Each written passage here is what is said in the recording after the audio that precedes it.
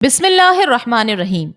پچھلی ویڈیو میں حضرت سلیمان علیہ السلام کا تعارف، آپ علیہ السلام کا جانشین بننا، پوری زمین کی بادشاہت، مریضوں اور یتیموں پر شفقت، آپ پر انعامات الہی، پھر بیٹے کو نصیحتیں اور حضرت سلیمان علیہ السلام کی دعا کی قبولیت، حضرت سلیمان علیہ السلام کے لیے جنات کے کام اور حضرت سلیمان علیہ السلام کی گھوڑوں سے محبت، پھر حضرت سلیمان علیہ السلام کے ایک ساتھی اور ملک الموت کا واقعہ سماعت کیا۔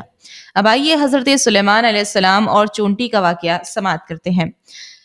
حضرت سلیمان علیہ السلام چیونٹیوں کی بولی سننے اور سمجھنے کی طاقت رکھتے تھے، جیسا کہ قرآن مجید میں ہے۔ ایک مرتبہ حضرت سلیمان علیہ السلام اپنے لشکر کے ساتھ پیدل سفر فرما رہے تھے۔ اس دوران جب طائف یا شام میں اس وادی سے گزرے جہاں چیونٹیاں بکثرت تھیں، تو چیونٹیوں کی ملکہ حضرت سلیمان علیہ السلام کے لشکر کو دیکھ کر کہنے لگی، حتی اذا اتوا علی واد النمل قالت نملة يا أيها النمل ادخلوا مساكنكم لا يحطمنكم سليمان وجنوده وهم لا يشعرون۔ حتیٰ کہ جب وہ چونٹیوں کی وادی میں پہنچے تو ایک چونٹی نے کہا، اے چونٹیوں، اپنے اپنے بلوں میں گھس جاؤ، کہیں سلیمان اور ان کا لشکر بے خیالی میں تمہیں روند نہ ڈالے۔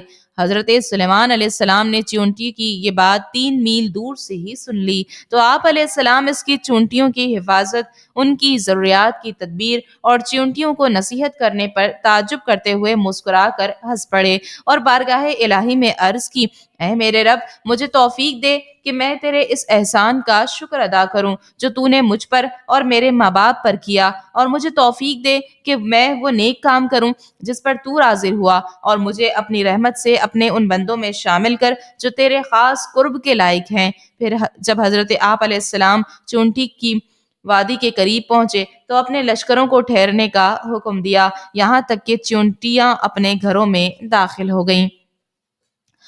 حضرت سلیمان علیہ السلام بارش کی دعا کے لیے باہر نکلے تو آپ علیہ السلام نے ایک چیونٹی دیکھی جو اپنے پاؤں آسمان کی طرف اٹھائے کہہ رہی تھی، اے اللہ، میں بھی تیری مخلوق میں سے ایک مخلوق ہوں اور ہم تیرے رزق سے بے نیاز نہیں ہو سکتے، بس تو ہمیں دوسروں کے گناہوں کے سبب ہلاک نہ فرما۔ حضرت سلیمان علیہ السلام نے یہ دیکھ کر فرمایا، واپس لوٹ چلو، اس چونٹی کی دعا سے ضرور بارش برسے گی۔ ایک سفر کے دوران ہدہد پرندے کے حوالے سے ایک واقعہ قرآن مجید میں بڑی تفصیل سے بیان کیا گیا ہے۔ واقعہ یوں ہے کہ ایک مرتبہ حضرت سلیمان علیہ السلام نے ایک جگہ پرندوں کا جائزہ لیا تو فرمایا، مجھے کیا ہوا کہ میں ہدہد کو نہیں دیکھ رہا؟ وہ واقعی غیر حاضروں میں سے ہے، میں ضرور اسے سخت سزا دوں گا یا اسے ذبح کر دوں گا یا وہ کوئی واضح دلیل میرے پاس لائے۔ مفسرین نے حضرت سلیمان علیہ السلام کے پرندوں کا جائزہ لینے اور ہدہد کے بارے میں دریافت کرنے کا ایک سبب یہ بیان کیا ہے کہ جب حضرت سلیمان علیہ السلام کسی جگہ پر اترتے تو ہدہد حضرت سلیمان علیہ السلام کو پانی کی جگہ کے بارے میں بتا دیتا تھا، کیونکہ اس میں یہ صلاحیت تھی کہ وہ زمین کے اندر موجود پانی بھی دیکھ لیتا اور پانی کے قریب یا دور ہونے کے بارے میں جان لیتا تھا۔ جہاں اسے پانی نظر آتا وہ اپنی چونچ سے اس جگہ کو کریدنا شروع کر دیتا، پھر جنات آتے اور اس جگہ کو کھود کر تھوڑی دیر میں پانی نکال لیتے۔ حضرت سلیمان علیہ السلام جب اس جگہ اترے تو آپ علیہ السلام کو پانی کی حاجت ہوئی۔ لشکر والوں نے پانی تلاش کیا لیکن انہیں نہ ملا۔ ہدہد کو دیکھا گیا تاکہ وہ پانی کے بارے میں بتائے، لیکن وہ یہاں موجود نہ تھا، اس لیے آپ علیہ السلام نے فرمایا، میں ہدہد کو یہاں موجود نہیں پاتا۔ ہدہد زیادہ دیر تک غیر حاضر نہ رہا بلکہ جلد ہی حضرت سلیمان علیہ السلام کے دربار شریف میں حاضر ہو گیا اور انتہائی ادب، عاجزی اور انکساری کے ساتھ معافی طلب کر کے عرض کرنے لگا کہ میں وہ بات دیکھ رہا ہوں جو آپ نے نہ دیکھی، اور میں ملک سبا سے آپ کے پاس ایک یقینی خبر لایا ہوں۔ میں نے ایک عورت دیکھی جو لوگوں پر بادشاہی کر رہی ہے اور اسے ہر چیز سے ملا ہے اور اس کا ایک بہت بڑا تخت ہے۔ میں نے اسے اور اس کی قوم کو پایا کہ اللہ کو چھوڑ کر سورج کو سجدہ کرتے ہیں، اور شیطان نے ان کے اعمال ان کی نگاہ میں اچھے بنا دیے تو انہیں سیدھی راہ سے روک دیا تو وہ سیدھا راستہ نہیں پاتے۔ شیطان نے انہیں روک دیا تاکہ وہ اس اللہ کو سجدہ نہ کریں جو آسمانوں اور زمین میں چھپی ہوئی چیزوں کو نکالتا ہے، اور جو کچھ تم چھپاتے ہو اور جو ظاہر کرتے ہو سب کو جانتا ہے۔ اللہ وہ ہے کہ اس کے سوا کوئی سچا معبود نہیں، وہ عرش عظیم کا مالک ہے۔ ہدہد زیادہ دیر تک غیر حاضر نہ رہا، بلکہ جلد ہی حضرت سلیمان علیہ السلام کے دربار شریف میں حاضر ہو گیا اور انتہائی ادب، عاجزی اور انکساری کے ساتھ معافی طلب کر کے عرض کرنے لگا: میں وہ بات دیکھ کر آیا ہوں جو آپ علیہ السلام نے نہیں دیکھی، اور میں یمن کے ایک علاقے سبا سے آپ کے پاس ایک یقینی خبر لایا ہوں۔ میں نے وہاں ایک عورت دیکھی جس کا نام بلقیس ہے۔ وہ لوگوں پر بادشاہی کر رہی ہے اور اسے ہر اس چیز میں سے وافر حصہ ملا ہے جو بادشاہ کے لیے شایان شان ہوتا ہے، اور اس کا ایک بہت بڑا تخت ہے جس کی لمبائی 80 گز، چوڑائی 40 گز اور اونچائی 30 گز ہے۔ وہ تخت سونے اور چاندی کا بنا ہوا ہے اور اس میں جواہرات لگے ہوئے ہیں۔ میں نے اسے اور اس کی قوم کو اللہ تعالیٰ کی بجائے صورت کو سجدہ کرتے ہوئے پایا ہے، اور شیطان نے ان کے اعمال ان کی نگاہ میں اچھے بنا دیے اور انہیں سیدھی راہ سے روک دیا ہے، اس لیے وہ سیدھا راستہ یعنی حق اور دین اسلام کا راستہ نہیں پاتے۔ حضرت سلیمان علیہ السلام نے ہدہد سے فرمایا: ہم ابھی دیکھتے ہیں کہ تو سچا ہے یا جھوٹا۔ اس کے بعد حضرت سلیمان علیہ السلام نے ایک مکتوب لکھا جس کا مضمون یہ تھا کہ اللہ کے بندے سلیمان بن داؤد کی جانب سے شہر سبا کی ملکہ بلقیس کی طرف، بسم اللہ الرحمن الرحیم، اس پر سلام جو ہدایت قبول کرے۔ اس کے بعد مدعا یہ ہے کہ تم مجھ پر بلندی نہ چاہو اور میری بارگاہ میں اطاعت گزار ہو کر حاضر ہو جاؤ۔ اس مکتوب پر آپ علیہ السلام نے اپنی مہر لگائی اور ہدہد سے فرمایا: میرا یہ فرمان لے جاؤ اور اسے ان کی طرف ڈال دو، پھر ان سے الگ ہٹ کر دیکھنا کہ وہ کیا جواب دیتے ہیں۔ ہدہد وہ مکتوب گرامی لے کر بلقیس کے پاس پہنچا۔ اس وقت بلقیس کے گرد اس کے امراء اور وزراء کا مجمع تھا۔ ہدہد نے وہ مکتوب بلقیس کی گود میں ڈال دیا۔ ملکہ بلقیس اس مکتوب کو دیکھ کر خوف سے لرز گئی اور پھر اس پر مہر دیکھ کر کہنے لگی: اے سردارو، مجھے ایک معزز خط موصول ہوا ہے۔ بلقیس نے اس خط کو عزت والا اس لیے کہا کہ اس پر مہر لگی ہوئی تھی۔ اس سے اس نے جانا کہ مکتوب بھیجنے والا جلیل القدر بادشاہ ہے، یا اس لیے عزت والا کہا کہ اس مکتوب کی ابتدا اللہ تعالیٰ کے نام پاک سے تھی۔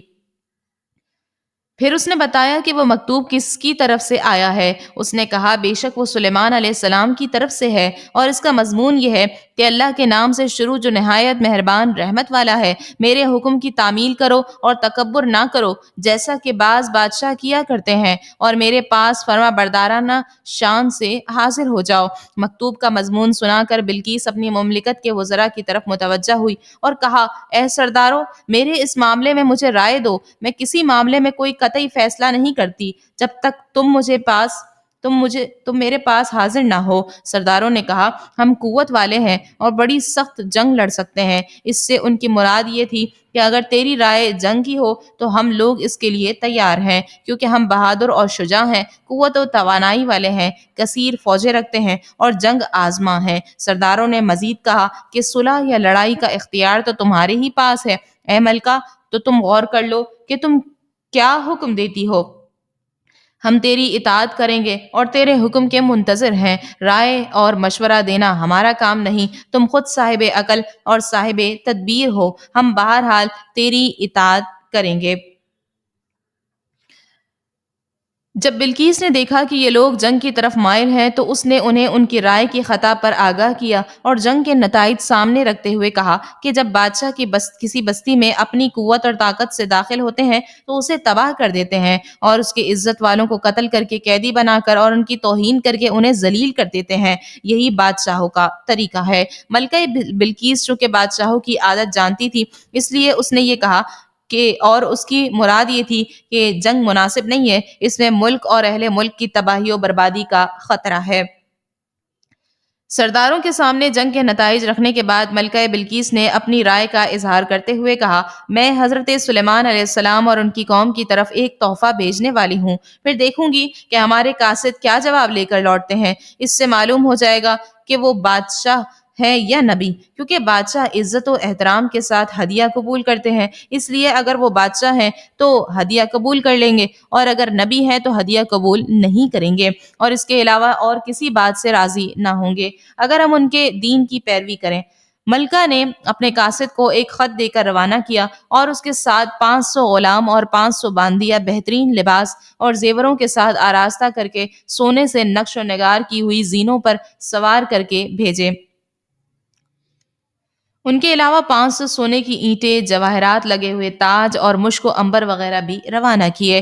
ہدہد یہ دیکھ کر چل دیا اور اس نے حضرت سلیمان علیہ السلام کے پاس تمام حالات کی خبر پہنچا دی۔ آپ علیہ السلام نے حکم دیا کہ سونے چاندی کی اینٹیں بنا کر 9 فرسنگ یعنی 27 میل کے میدان میں بچھا دی جائے اور اس کے ارد گرد سونے چاندی سے بلند دیوار بنا دی جائے، اور خشکی و تری کے خوبصورت جانور اور جنات کے بچے میدان کے دائیں بائیں جانب حاضر کیے جائیں۔ جب بلقیس کا قاصد تحائف لے کر حضرت سلیمان علیہ السلام کے پاس آیا تو آپ علیہ السلام نے اس سے فرمایا، کیا تم مال کے ذریعے میری مدد کرتے ہو؟ اللہ تعالیٰ نے جو کچھ مجھے علم، نبوت اور بادشاہت کی صورت میں عطا فرما رکھا ہے وہ اس دنیاوی مال و اسباب سے بہتر ہے جو اس نے تمہیں دیا ہے، بلکہ تم ہی اپنے تحفے پر خوش ہوتے ہو، یعنی تم فخر کرنے والے لوگ ہو، مال دنیا کی وجہ سے ایک دوسرے پر بڑائی جتاتے ہو اور ایک دوسرے کے تحفے پر خوش ہوتے ہو۔ مجھے نہ دنیا سے خوشی ہوتی ہے نہ اس کی حاجت۔ اللہ تعالیٰ نے مجھے اتنا کثیر عطا فرمایا کہ اتنا اوروں کو نہ دیا،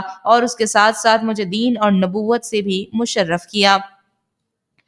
اب حضرت سلیمان علیہ السلام نے وفد کے امیر منذر بن عمر سے فرمایا کہ یہ ہدیہ لے کر ان لوگوں کی طرف لوٹ جاؤ، اگر وہ میرے پاس مسلمان ہو کر حاضر نہ ہوئے تو ان کا انجام یہ ہوگا کہ ہم ضرور ان پر ایسے لشکر لائیں گے جن کے مقابلے کی انہیں طاقت نہ ہوگی، اور ہم ضرور ان کو شہر سبا سے ذلیل کر کے نکال دیں گے اور وہ رسوا ہو جائیں گے۔ جب قاصد ہدیے لے کر بلقیس کے پاس واپس آئے اور تمام واقعات سنائے تو اس نے کہا، بے شک وہ نبی ہیں اور ہمیں ان سے مقابلہ کرنے کی طاقت نہیں۔ پھر بلقیس نے اپنا تخت اپنے ساتھ محلوں میں سے سب سے پچھلے محل میں محفوظ کر کے سب دروازوں پر تالے لگوا دیے اور ان پر پہرہ دار بھی مقرر کر دیے، اور حضرت سلیمان علیہ السلام کی خدمت میں حاضر ہونے کا انتظام کرنے لگی تاکہ دیکھے کہ آپ علیہ السلام اسے کیا حکم فرماتے ہیں۔ چنانچہ وہ ایک بہت بڑا لشکر لے کر آپ علیہ السلام کی طرف روانہ ہوئی۔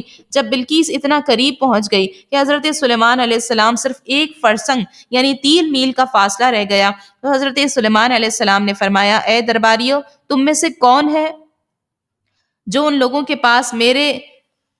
ان لوگوں کے میرے پاس فرما بردار ہو کر آنے سے پہلے بلقیس کا تخت میرے پاس لے آئے؟ تخت منگوانے سے آپ علیہ السلام کا مقصود یہ تھا کہ اس کا تخت حاضر کر کے اسے اللہ تعالیٰ کی قدرت اور اپنی نبوت پر دلالت کرنے والا معجزہ دکھا دیں۔ بعض مفسرین نے فرمایا کہ حضرت سلیمان علیہ السلام نے چاہا کہ بلقیس کے آنے سے پہلے اس تخت کی وضع بدل دیں اور اس سے اس کی عقل کا امتحان فرمائے کہ وہ اپنا تخت پہچان سکتی ہے یا نہیں۔ حضرت سلیمان علیہ السلام کی بات سن کر ایک بڑا طاقتور جن بولا، میں وہ تخت آپ علیہ السلام کی خدمت میں آپ کے اس مقام سے کھڑے ہونے سے پہلے حاضر کر دوں گا جہاں آپ علیہ السلام فیصلے کرنے کے لیے تشریف فرما ہے، اور میں بے شک اس تخت کو اٹھانے پر قوت رکھنے والا ہوں اور اس میں لگے ہوئے جواہرات وغیرہ پر امانت دار ہوں۔ حضرت سلیمان علیہ السلام نے فرمایا، میں اس سے جلدی چاہتا ہوں۔ مروی ہے، حضرت سلیمان علیہ السلام ایک مجلس منعقد کرتے تھے جس میں صبح سے لے کر دوپہر تک آپ علیہ السلام مختلف معاملات کے فیصلے فرمایا کرتے تھے۔ قرآن کریم میں ہے، اس نے عرض کی جس کے پاس کتاب کا علم تھا کہ میں اسے حضور میں حاضر کر دوں گا ایک پل مارنے سے پہلے۔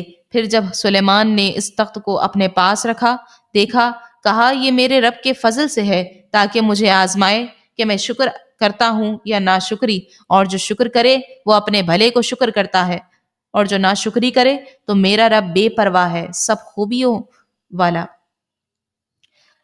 کتاب کا علم رکھنے والے سے مراد حضرت سلیمان علیہ السلام کے وزیر حضرت آصف بن برقیہ رضی اللہ عنہ ہیں۔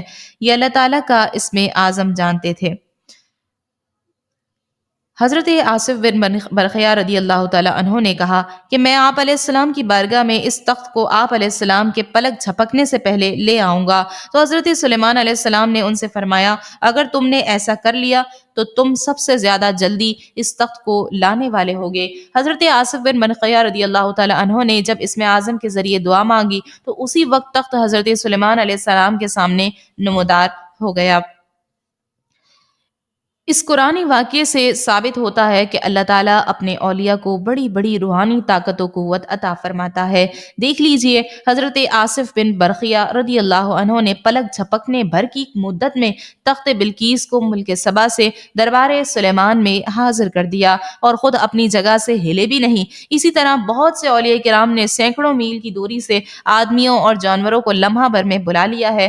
یہ سب اولیاء کی اس روحانی طاقت کا کرشمہ ہے جو خداوند قدوس اپنے ولیوں کو عطا فرماتا ہے۔ اس لیے کبھی ہرگز اولیاء کرام کو اپنے جیسا نہ خیال کرنا اور نہ ان کے اعضاء کی طاقتوں کو عام انسانوں کی طاقتوں پر قیاس کرنا۔ تخت آ جانے کے بعد حضرت سلیمان علیہ السلام نے اپنے خادموں کو حکم دیا کہ اس تخت کی شکل و صورت تبدیل کر دو تاکہ ہم دیکھیں کہ وہ اپنا تخت پہچان پاتی ہے یا نہیں۔ جب ملکہ بلقیس حضرت سلیمان علیہ السلام کے پاس آئی تو اس وقت تخت حضرت سلیمان علیہ السلام کے سامنے موجود تھا۔ ملکہ سے کہا گیا، کیا تیرا تخت ایسا ہی ہے؟ اس نے جواب دیا، گویا یہ وہی ہے۔ اس جواب سے بلقیس کی عقل کا کمال معلوم ہوا۔ پھر ملکہ سے کہا گیا کہ یہ تیرا ہی تخت ہے، تمہیں دروازے بند کرنے، انہیں تالے لگانے اور پہرے دار مقرر کرنے سے کیا فائدہ ہوا؟ پھر ملکہ بلقیس نے اطاعت قبول کرتے ہوئے کہا، ہمیں اللہ تعالیٰ کی قدرت اور آپ علیہ السلام کی نبوت صحیح ہونے کی خبر اس واقعے سے پہلے ہدہد کے واقعے سے اور وفد کے امیر سے مل چکی ہے، اور ہم نے آپ علیہ السلام کی اطاعت اور فرمانبرداری اختیار کی۔ بلقیس کا تعلق اس قوم سے تھا جو سورج کے پجاری تھی، اور وہ چونکہ انہی میں پلی بڑی تھی اس لیے اسے سورج کی پوجا کرنا ہی آتا تھا، اور اسی پوجا نے بلقیس کو اللہ تعالیٰ کی عبادت اور اسلام قبول کرنے کی طرف سبقت کرنے سے روک رکھا تھا۔ تخت میں تبدیلی کر کے ملکہ بلقیس کی عقل کا امتحان لینے کے بعد اس سے کہا گیا، ادخل الصرح، صحن میں داخل ہو جاؤ۔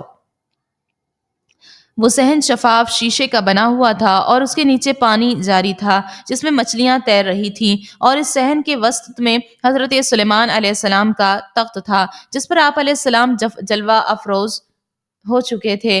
جب ملکہ نے اس صحن کو دیکھا تو وہ سمجھی کہ یہ گہرا پانی ہے، اس لیے اس نے اپنی پنڈلیوں سے کپڑا اونچا کر لیا تاکہ پانی میں چل کر حضرت سلیمان علیہ السلام کی خدمت میں حاضر ہو سکے۔ حضرت سلیمان علیہ السلام نے اس سے فرمایا، یہ پانی نہیں بلکہ یہ تو شیشوں سے جڑا ہوا ایک ملائم صحن ہے۔ یہ سن کر بلقیس نے اپنی پنڈلیاں چھپا لی اور یہ عجوبہ دیکھ کر اسے بہت تعجب ہوا، اور اس نے یقین کر لیا کہ حضرت سلیمان علیہ السلام کا ملک اور حکومت اللہ تعالیٰ کی طرف سے ہے، اور ان عجائبات سے بلقیس نے اللہ تعالیٰ کی توحید اور حضرت سلیمان علیہ السلام کی نبوت پر استدلال کیا۔ اب حضرت سلیمان علیہ السلام نے اس کو اسلام کی دعوت دی تو اس نے اللہ تعالیٰ کی بارگاہ میں عرض کی، ربی انی ظلمت نفسی واسلمت مع سلیمان للہ رب العالمین۔ اے میرے رب، میں نے اپنی جان پر ظلم کیا اور میں سلیمان کے ساتھ اس اللہ کے حضور گردن رکھتی ہوں جو سارے جہان کا رب ہے۔ مروی ہے کہ حضرت داؤد علیہ السلام نے بیت المقدس کی بنیاد اس مقام پر رکھی تھی جہاں حضرت موسیٰ علیہ السلام کا خیمہ نصب کیا گیا تھا۔ اس عمارت کے پورا ہونے سے پہلے حضرت داؤد علیہ السلام کی وفات کا وقت آ گیا تو آپ علیہ السلام نے اپنے فرزند ارجمند حضرت سلیمان علیہ السلام کو اس کی تکمیل کی وصیت فرمائی۔ آپ علیہ السلام نے جنات کو اس کی تکمیل کا حکم دیا۔ جب آپ علیہ السلام کی وفات کا وقت قریب پہنچا تو آپ نے دعا کی کہ آپ کی وفات جنات پر ظاہر نہ ہو تاکہ وہ عمارت کی تکمیل تک مصروف عمل رہیں اور انہیں جو علم غیب کا دعویٰ ہے وہ باطل ہو جائے۔ پھر آپ علیہ السلام محراب میں داخل ہوئے اور حسب عادت نماز کے لیے اپنے عصا کے ساتھ ٹیک لگا کر کھڑے ہو گئے۔ جنات دستور کے مطابق اپنی خدمتوں میں مشغول رہے اور یہ سمجھتے رہے کہ حضرت سلیمان علیہ السلام زندہ ہیں، اور حضرت سلیمان علیہ السلام کا عرصہ دراز تک اسی حال پر رہنا ان کے لیے کچھ حیرت کا باعث نہیں ہوا، کیونکہ وہ بارہا دیکھتے تھے کہ آپ علیہ السلام طویل طویل مدت تک عبادت میں مشغول رہتے ہیں۔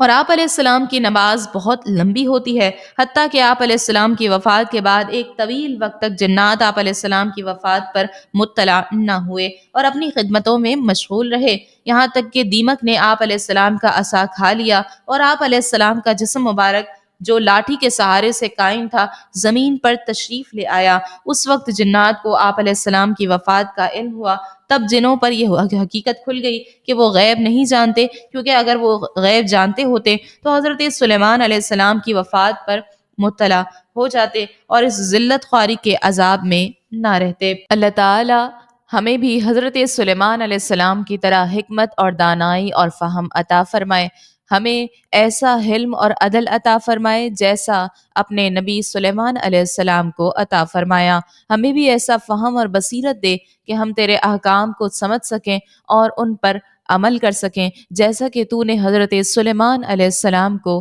عطا فرمایا۔ آمین یا رب العالمین۔